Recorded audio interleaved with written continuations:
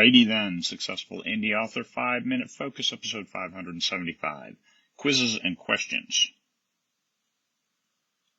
There's Stanley. He's kind of in a timeout because he hurt his foot. He's limping a little bit. Alright, quizzes and questions. It engages your readership, and this is when you're sending a newsletter. If you can have a quiz, a poll, or questions, that helps your engagement because it helps, they click, they act within something, and then you get a response back. That really helps your open rate, that helps your engagement rate. It's all kinds of good things. And most importantly, it keeps the readers active with your stuff.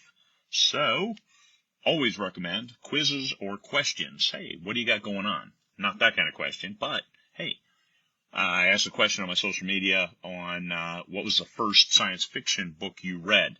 And that was hugely popular, got a lot of people commenting on it, and got a lot of engagement. The next question I asked was, I waited a few days and then asked, well, what was the first science fiction movie that you remember?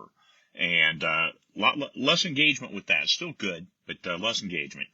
And those are good questions. I just said, hey, here's mine, and what do you think? So lots of comments, lots of engagement. Needs to be on track with your brand. I write science fiction questions. Worked well. A poll or a quiz, these are good too. You write cozy mysteries? Hey, do a recipe question, a recipe quiz. Hey, which of these spices are best in these cookies? Those kinds of questions. And or here's a recipe, what's missing? And just leave something out that's maybe not so obvious, like that quarter teaspoon of almond flavoring. That always adds zest to your cookies. All right, raises your newsletter and click rate. It's good. It's good for the engagement. Anytime you get your readers engaged, that's good for you. That's good for them. They feel involved in the process.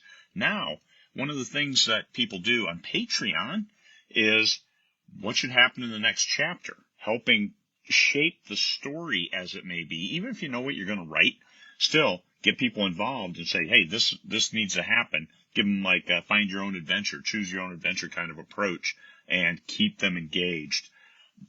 The most important thing you can do as an author is turn your fans into super fans. The super fan, those are the ones who are coming back time after time. They're the ones who are going to tell all their friends that, hey, I'm reading this and it's awesome. Oh, by the way, love the author. I get to participate in these things with this author, this famous, world-famous author.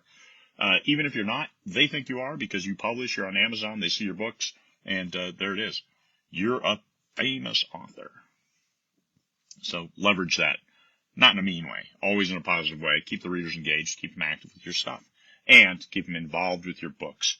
So, like everything, in moderation. Do not send out a quiz every single day. Maybe once a week, maybe once a month.